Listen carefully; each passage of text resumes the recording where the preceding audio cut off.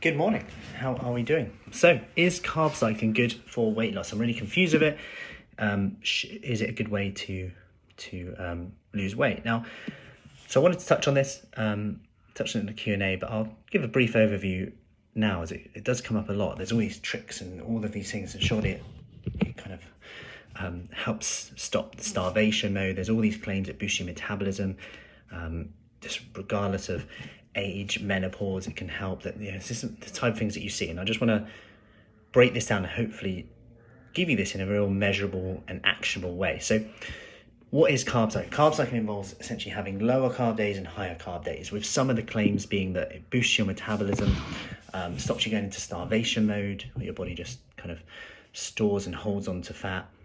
And I just want to kind of bust them myths straight away. Like, your metabolism is the sum of all chemical reactions. Okay, so the sum of all chemical reactions, meaning that if I eat a chocolate bar now, I will all of a sudden boost my metabolism, because my metabolism, my body has to break down this chocolate bar and digest it, absorb the nutrients from it, break down the sugars, the fats, the carbohydrates, etc.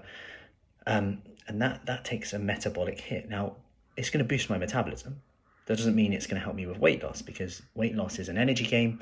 Metabolism is just the sum of all chemical reactions in your body. So yes, it will boost my metabolism, but not to the extent to offset the calories I'm consuming. So then it's still coming back down to calories in, calories out here. So that's the first myth looked at. Secondly, it goes into starvation mode. It stops you going into starvation mode.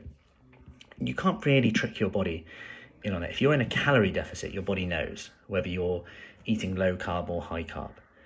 Okay, now, on top of that, people have said, when you don't eat carbs, you'll burn more fat. Now, there's a difference between the words losing fat, aka losing body fat, and burning body fat. And the analogy of a car is quite good on this, really. So, if you've got a hybrid car, say electric and petrol, if you put more electric in, you're going to start burning more electric. If you put more petrol in, you'll burn more petrol. It doesn't necessarily mean that you're in a deficit or that you're losing more fuel than the other. At the end of the day, what you put in, you're going to burn. So if you eat a low carb diet, you're going to burn more fat as fuel. That doesn't mean you're going to lose body fat, because you need to be in a calorie deficit for that. So I hope that helps in on there. So if we look at the research on it, there's not really masses of research on it. And really what they're looking at is diet cycling rather than carb cycling. And what I mean by this is, let's say someone is carb cycling, which means that they have a lower carb day and a higher carb day. And we say, right, you're going to have a higher carb day tomorrow. And we're going to take away 20 grams of fat. So that could be full fat Greek yogurt that you had. We're going to switch that to 0%.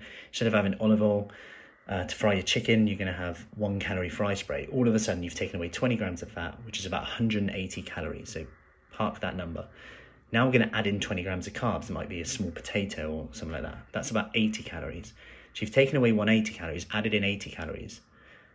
So you're actually in a loss of 100 calories here. But you feel like you've added more carbohydrates in, and it's like, oh, I'm eating more visually. But calorifically, we're actually eating less and fewer calories. So my point in here is, sometimes it's actually just a calorie game. Now, that said, there could be benefits from it. Like, knowing that you've got a higher carb day at the end of the week stops you perhaps getting bored. Knowing that you can keep a higher carb day where maybe you can incorporate certain foods that you don't want to on an everyday basis into your routine. Maybe you have workouts on certain days, and you might go, I want to fuel them. I'm running, I'm training for an event or a walking event, a running event. Or on the days I train or I have long days as well, I want to have a higher carb day. So my glycogen levels, which is the stored carbohydrate in your muscle, are full, and I can train a bit harder on those days, while still staying in a calorie deficit overall, because on my other days I go lower with my calories. So I hope that helps, and I hope that kind of makes sense in on there. But the main benefits perhaps come from the psychological benefit of knowing that it's not just, this is it, you can have a higher carb day and a lower carb day, but actually it's still balancing your carbs and fats and balancing essentially your energy balance. But it's a way of doing this, just like everything is.